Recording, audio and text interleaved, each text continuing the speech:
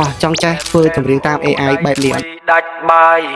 MMO ដៃថ្មីដាច់បាយហើយក្នុងហ្គេម level ណាងគ្រូនតែក្រៅហ្គេម HPG បើសិនជាចង់ចេះអ្នកអរគ្នាអាចមើលវីដេអូនេះដល់ចប់បានខ្ញុំនឹងប្រាប់ពីរបៀបធ្វើចម្រៀងនៅក្នុង AI ទាំងអស់គ្នាអញ្ចឹងជាដំបូងយើងចូលទៅក្នុង Safari ឬក៏ Google រួច search ពាក្យថា Gemini អញ្ចឹងអ្នកនរគ្នាអាចចូលទៅក្នុងកម្មវិធីដែលមានឈ្មោះថា Gemini ហ្នឹងមកឬក៏ចូល link ហ្នឹងមកអ្នកនរគ្នាបាទបន្ទាប់ពីអ្នកនរគ្នាចូល link Gemini នេះហើយអ្នកនរគ្នាអាចចុចទៅលើកន្លែង track 3នេះមកបន្ទាប់មកអ្នកនរគ្នារើសទៅរកពាក្យថាបង្កើតបទចម្រៀងអញ្ចឹងចុចទៅលើបង្កើតបទចម្រៀងហ្នឹងបន្ទាប់ពីដល់កន្លែងហ្នឹងអ្នកនរគ្នាអាចសរសេរចម្រៀងដែលយើងចង់សរសេរឲ្យ AI វាបង្កើតឧទាហរណ៍ថាខ្ញុំបានសរសេរនៅក្នុង AI មួយនេះបានសរសេរថាចម្រៀងបែបស្នេហាបែបលក្ខណៈ sweet អញ្ចឹងបើសិនជាយើងសរសេរបែបហ្នឹងរងចាំមួយសន្ទុះវានឹងចេញចម្រៀងឲ្យយើងវិញវាមានពីរលក្ខណៈយើងអាចឲ្យវាធ្វើក្នុង30 second បានយើងអាចឲ្យវាធ្វើនៅក្នុងរយៈពេល2នាទីកន្លះក៏បានដូចគ្នាពិតជាលយតែ AI